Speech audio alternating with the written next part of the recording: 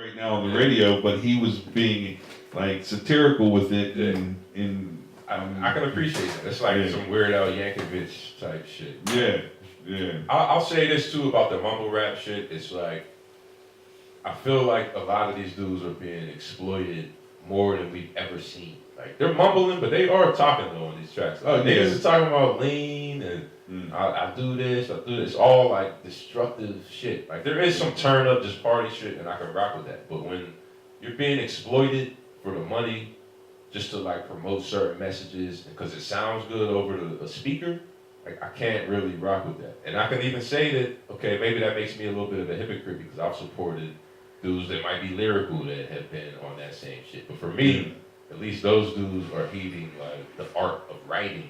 It's different when you just like mumbling on the track or you just saying some bullshit and then the beat is hard as fuck. Like that shout out to your producer. For me, it's not like you're not really adding nothing to that track artistically for me. So I can't really stand fully behind it. I will bop to some of it though. I'll do rap with some of it. I look at it this way. It's the reason that we have a generation of kids who are making music like that is because they didn't get educated in the culture and introduced to real hip hop. Exactly. You know, they got interested in business. Yeah, exactly. And I've actually witnessed working with Akil at the Hip Hop Academy in Homewood. Okay. We've had kids that came through the academy that learned about the actual culture of hip hop, how to write rhymes, DJing, radio, the actual culture, that went on to do things like go to college and work in radio and work in graphic design and still make music and it influenced the sound of their music. Exactly. And it's crazy because like there's right now I've actually witnessed 4 kids who were like in high school when I first met them, and then you know they went to college, one went to the army, and you know they went to Full Sail. Like the one kid, he works at iHeart and has his own graphic design company. The other kid is at Full Sail after getting out the army. He's using the army money to pay for him to go to school, but he's still he's a graphic artist, a photographer, and an MC. Right. They went through the Hip Hop Academy with the twins. Okay. Now, there's 2 younger kids that actually went through the academy with myself and Akil. Right. They also went through Hip Hop Unlocked with Ime. Okay. PK Delay. And Chill God. Oh yeah, shout out to those 2 because those niggas is creative right there. Yeah, they got introduced. I love their energy. They got introduced to music. They different as hell. Yeah. Nah, shout out to Joe. I told Joe a long time ago, man. Like people will look. I remember they was like 14. 13. Yeah, because you seen them at the academy. I remember that. Nah, they got the right energy, and I said this on Facebook a couple weeks back. Like people will look at dudes like me and say like, you're a hip hop dude, so it's kind of like this old versus new shit. Like I'm hip hop and you're not hip hop. You don't have the right to hip hop. You don't have the right to do this, and I'm not that guy. Like I don't fuck with black shit. But that doesn't equate to I don't fuck with young shit. Like, there's a lot of young dudes out here that are putting some good energy into this art, and I homage them dudes and I respect them. Yeah. Shout out to Joel, shout out to PK, a lot of dudes. Shout out to Norm Dean. Yeah. There's a lot of young dudes out here that. Shout out Norm Dean, man. Yeah, that's my G. I mean, I met Norm when he was a young kid, 17, 18. We used to record at the same studio, and he had reached out to me on some like. Support shit. Like, I really love your music. Like, he was very supportive. Yeah. And, like, I saw that in him. And then I heard him rap, and I was like, you got some skills. Like, and I stood behind that. You know what I mean? I was like, I can respect that. And it's crazy to see how far he has progressed from that moment. Like, he's doing, a lot of the same things I'm doing. He's reached out beyond Pittsburgh now. So, like, shout out to Team Epic. You know what I mean? Team Epic. I got a lot of respect for all the young dudes who really respect the craft of things. Yeah. And the hustle side. Like those dudes, Team Epic and even Joel, like those dudes have a lot of hustle in them. Like, Yeah. That's important in this indie age of shit. Like they have what it takes on that level because I mean them dudes are shooting their own videos, they recording themselves, they're Exactly. making their own beats, and Yeah. then the final product is something that's nice too. It's Yeah. not like okay at the end of all of that it's still whack. Yeah. Like them dudes at the end of the day can say, listen to this and it's a quality product. Yeah. You know what I mean? So Yeah. I can rock with young dudes like that. There's a lot of young dudes, even on the Yeah. mainstream level, that's really kind of carrying the torch. Yeah. You know what I mean? Yeah. And Definitely. I can rock with that. All right, Yeah. so let me Go ask ahead. you a question real quick. So you mentioned like all the young guys like Norman Dean. He called himself something Zebra now. Joel, yeah. Pat Zebra. Pat Zebra. Yeah.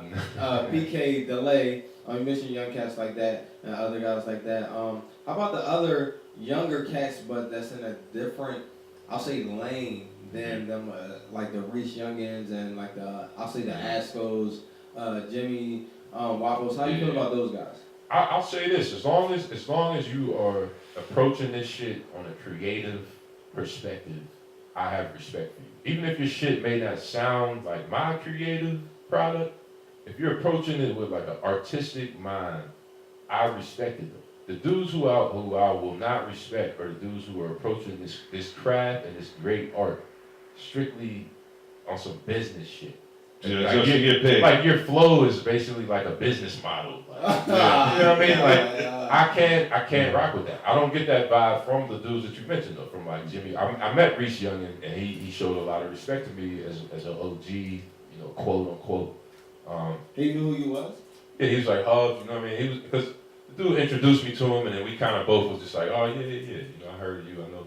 And it was kind of like that. So he showed me love, and then I watched some of his videos. My son is a fan of him because he came to Penn Hills Homecoming and performed. My son like rocks with Reese Young, you know what I mean? So I look at it and say, let me hear this shit. And I watched his videos, and the shit was creative. Like it was different. It wasn't the typical feeling I get.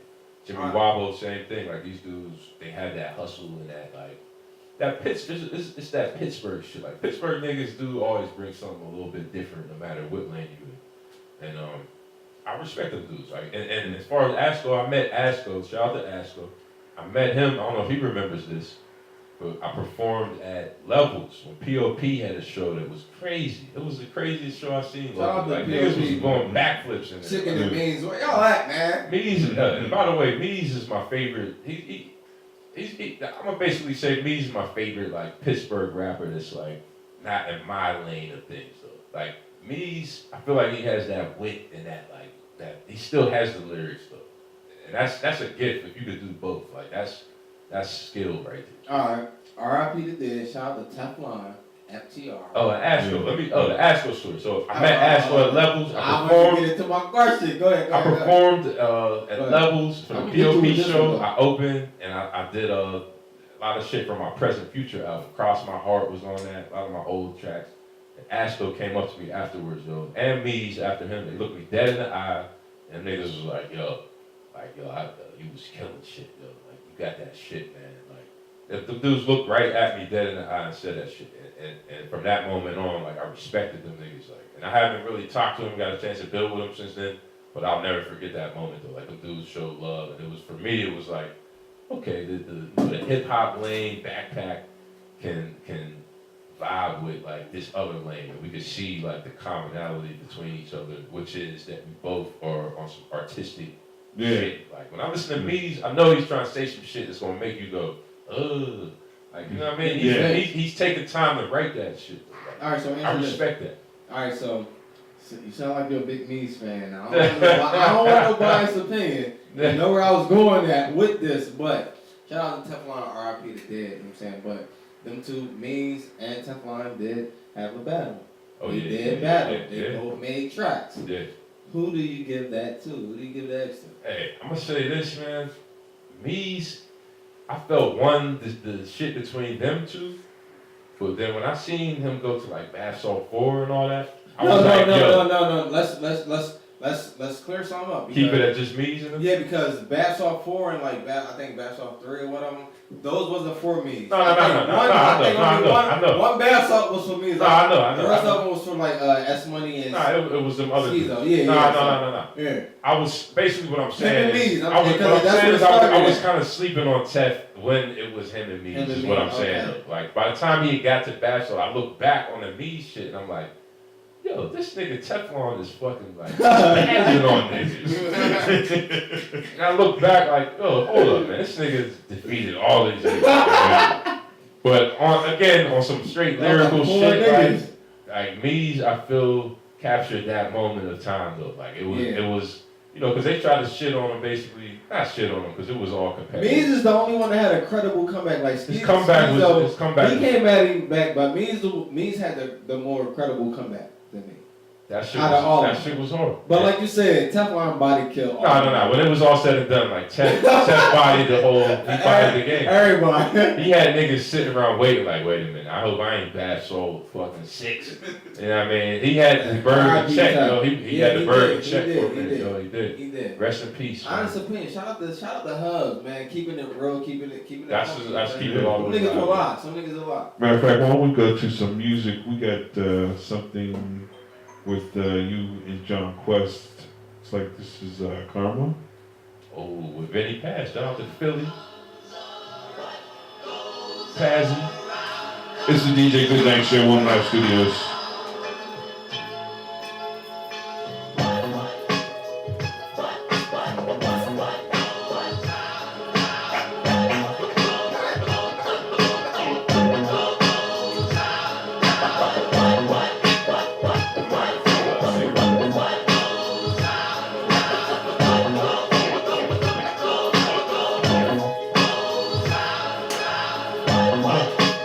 K-A-R-M-A comes around if you do dirt for the pennies. In my lifetime, fair share I had plenty. Credit card scam times I brought the mask with me. I had to dash quickly, switch plates on my mom's whip. A getaway driver, I'm a damn jit. That's my story, but I'm sticking to it. Fucking Jacob's music. The levels I'm hitting, got the boy influence. I'm riding. See Jesus in the passenger, Billy Hubs and John, guarantee the massacre. Don't let my age fool you, I got jewels like Africa. Time to come clean for my sins, like the damager. Life's so real, it gives those chills. Shit, I can't escape from my balls, I'm not Schofield. Mama said I had days like this, and karma's a bitch. 26, broke, raising kids like this.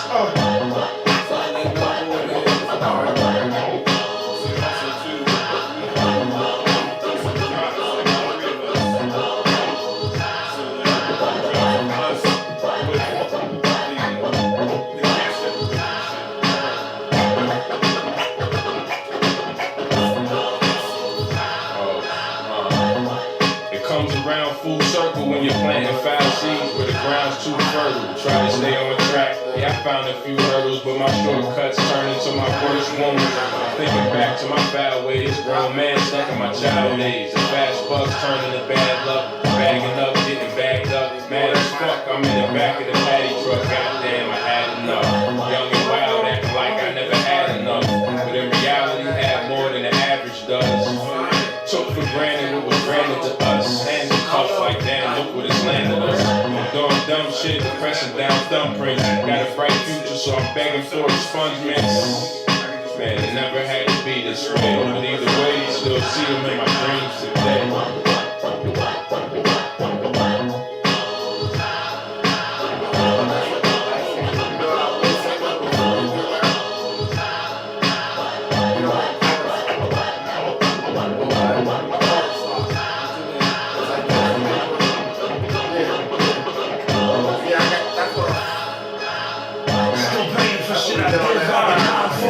Disrespectful asshole, just a wild ball. My mama told me that's not what I was designed for. Headphones playing Black Flag, my wall.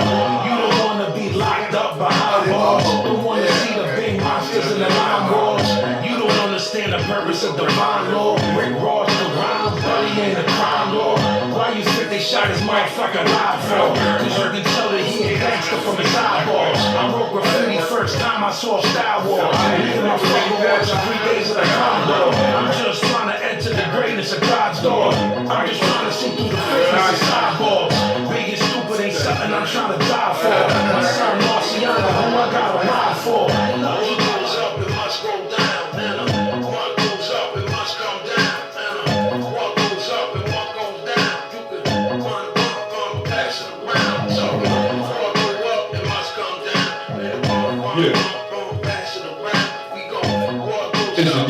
Goodnight Show.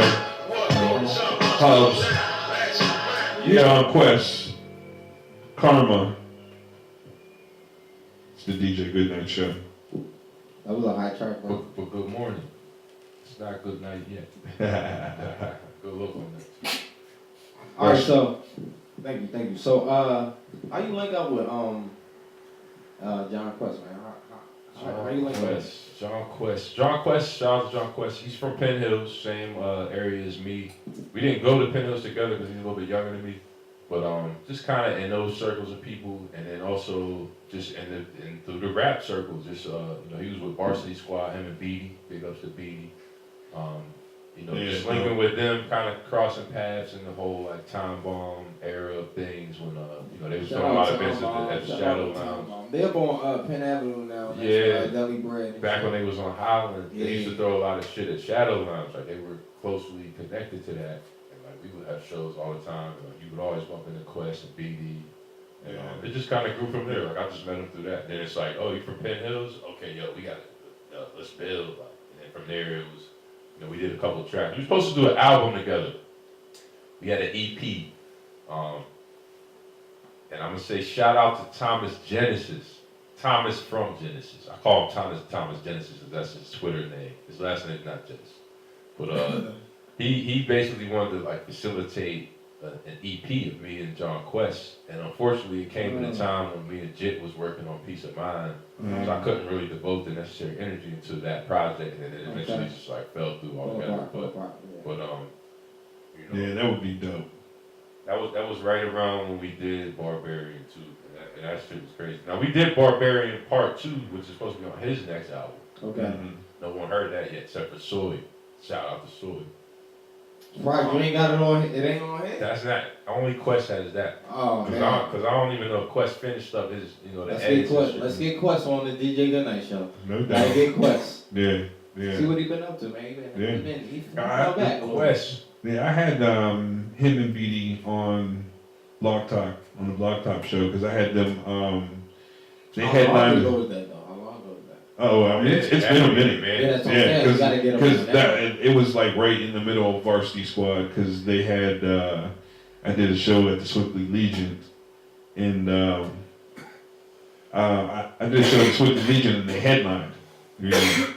But yeah, definitely would love to. Quest and BD, Alright, so Shout out to Beatty. will we ever get a actual joint project from you and Quest? I'll never say never, because I'm gonna be creating until I can't even speak no more, man. Or until like there's no appeal whatsoever, where it's like, man, get the hell out of here, get off the mic. Like, till then, like it's just You still? I'm just rocking, like, and Quest is always amongst the usual suspects of collaborators, man. You know what I mean? So, again, shout out to Quest. That Barbarian shit, again, that was a big turning point for me in this Pittsburgh shit because, so then I had put out like 2 albums, which I thought was like classic. Like, I put out 2 great albums, like these niggas are still sleeping on me. Like, I was kind of mad. Yeah. And you can kind of feel that in my verse in Barbarian. Like, you can listen to the bars and it's kind of like, damn, like Hubs is mad on this, man. And be that as it may, it opened up eyes. So it was just like, wait a minute, like, he's killing his verse. He's mad. He's like making a statement right here. Like they had to acknowledge me after that, and that's what happened. It drew attention, and it was just like things just kind of snowballed from that. And then from there, like I met Jit Beats shortly after that. I think Jit he found me off of that Barbarian video. Oh really? Because it was like, I think he was familiar with the producers or something, and Vinny Paz. That's how I connected with him through that same video because those producers are from Philly. Yeah. Shout out to Kick Drum Productions, Drums and Lingo, Philly cats, and so Paz seen that video and like was like, yo, these dudes is nice, whatever. And I think Jit kind of saw all of that. And was like, all right, I want to work with this dude. So again, like it all connected somehow. Like, so that's why Quest, I always big up Quest. He was a big part of that because I was a featured artist on that track. That's his track. Oh, okay. You know what I mean? Okay. So big up to Quest, man. Shout out to John Quest, man. Shout out to John Quest. Dope dude. So what's next for What's next for Hubs, man? What's next for you? What's next, man? We got this joint project with M16, Okay. producer out of Alabama. He's most known for producing. He produced Duffel Bag Boy, Dwayne, and Dwayne. The joint that Wayne was on. He did, Okay. 2 Chainz. He also did. Known as Titty Boy. Yeah, he was Titty Boy. What happened to the other boy though? What was his name? You don't even remember the other boy I name know. with the bald head. What was the group? Play circle. Yeah. Yeah. Titty Boy and somebody. What happened to the other boy though? With the Yeah. bald head? Where are they now? Gone. It's like 3 6 Mafia. We still got Juicy J. What happened to the other boy? DJ What's the DJ Paul. Paul. Yeah, what happened to him with the thing on his hand? Like, you know what I'm Already saying? now. That's why Nas did that track. He said we're already now. You know? Nah, but M16, he also produced I Do, the joint with Jeezy featuring Jay-Z and Andre 3000. Remember that? Yeah, I do. So he produced that. He was here again, another random organic story, man. How you get that? My man Premise, who's from Philly too, shout out to Philly. Once again, but he was in Pittsburgh. High standard. Yeah, I Standard. Yeah. He throws the I Standard producer showcase, and he always brings in like notable producers to judge the shit. But then he has rappers do sets in the I Standard event. You know what I mean? Just to fill in space or whatever. So he asked me to do that. M16 was one of the judges. I do my set, you know what I mean? I do my thing or whatever. And so Premise comes up to me afterwards like, man, M16 was feeling that shit. He's like, I think he want to talk to you. Like, and so I'm like, all right. And so he pulls me to the side. He's like, yeah, man, like, I heard something. Like, I want to work with you. So I'm like, all right, you know, check my email, you know, send me something. He's like, nah, man, like, I want to work with you. Like, here's my phone number, you know. Fuck the email. Bro, it was like that. And again, I'm just sitting there like, hold up, man. I wasn't even going to do this show because the shit was dragging on and like I was tired. I worked all day. I wasn't even going to perform. Like, I was tired. I wasn't getting paid to do it or nothing like that. And again, it ain't even about that for me. But I was just like super tired that night. And I remember just feeling like, man, I don't even want to. But I muscled it out and performed at the very end of the night. He caught this shit, gives me his number, all that.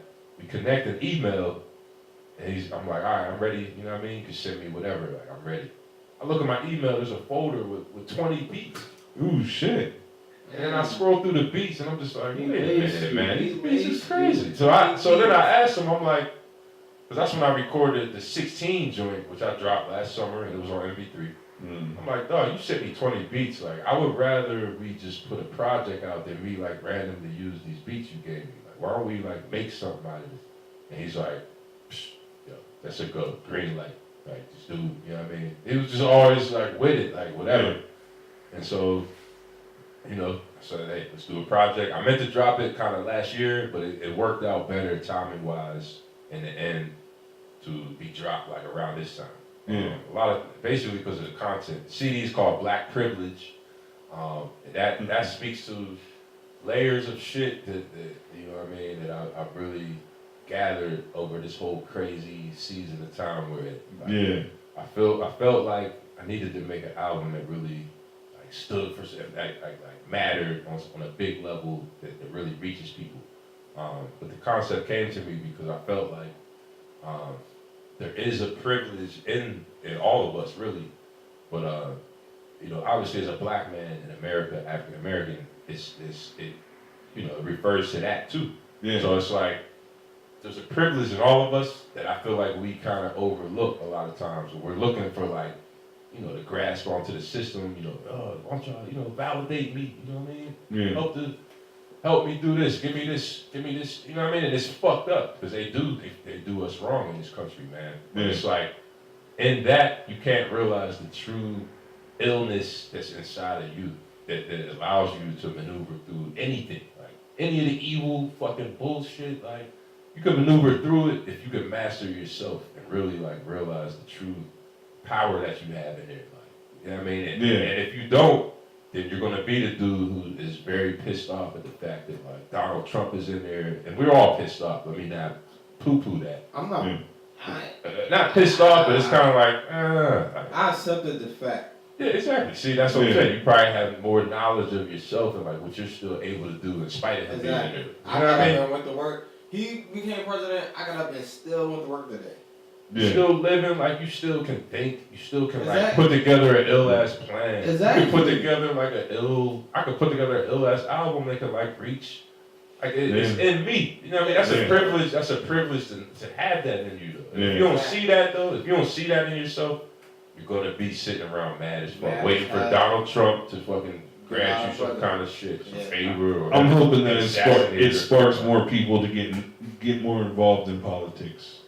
It's needed. You know? It's needed. Because, I mean, at the end of the day, I would love to be in politics. Even myself, if we do get more involved in politics, it would just give us who we want in office. At the end of the day, it's not gonna give us the decisions we want made. That's they run that. That's but yourself too. Like, but see, if you look how the system's set up, the federal government trickles down to the state, which trickles down into the different communities and shit. Sure. If you're at the level where the money's trickling down from the state before it goes to the communities, you know, you can better help your communities. Honestly, how many of these politicians do you really think, Democrat or Republican, how many do you think really care about the community? The ones that got elected from the communities. If they can get money, half of them was Republican, bro. Yeah, that's all. It's always like that. Okay, so you're saying so they care about the black community? No, they don't. No, but I'm saying that it's always half Republican, half Democrat and shit. No matter what, it goes from state level to federal level. There's always Republicans and Democrats. Yeah. You know, it's either side. But what I'm saying is that depending on who's in office, money trickles down from the federal government to the state, and then from the state to the different communities. If you're on city council, money coming from the state to the city, you decide, like, you get a portion from whatever community you represent. Well, for the last 8 years, the white community, they ain't been getting the funds from the higher ups. The black community been getting it because Barack Obama. It's their turn now. No. Let them get their shit. When Barack was president, the night he became president, 2008, I'm like, yo, I can go out in the fucking middle of the street, smoke weed, can't no cops say shit to me. What the fuck, dog? Barack is we done that. So they start bucking niggas over like Skittle packs. But at the end of the day, that's how white people feel. Trump is our president.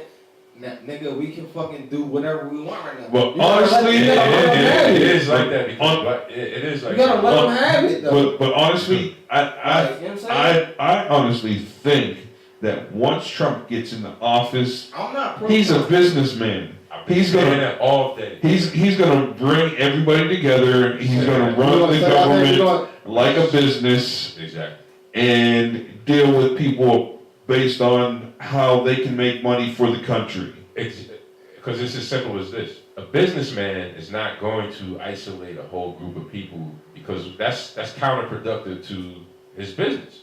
Like, this nigga's not going to be a president forever. He's going to go back to just being like Donald Trump, the businessman. No, hey, once you're president, you rich forever though. I mean, he's rich forever, So but he's still out of that. He's out of all his woes, all his debts. He's out of that. But he's still got to keep his name and businesses going. Like, he don't want his business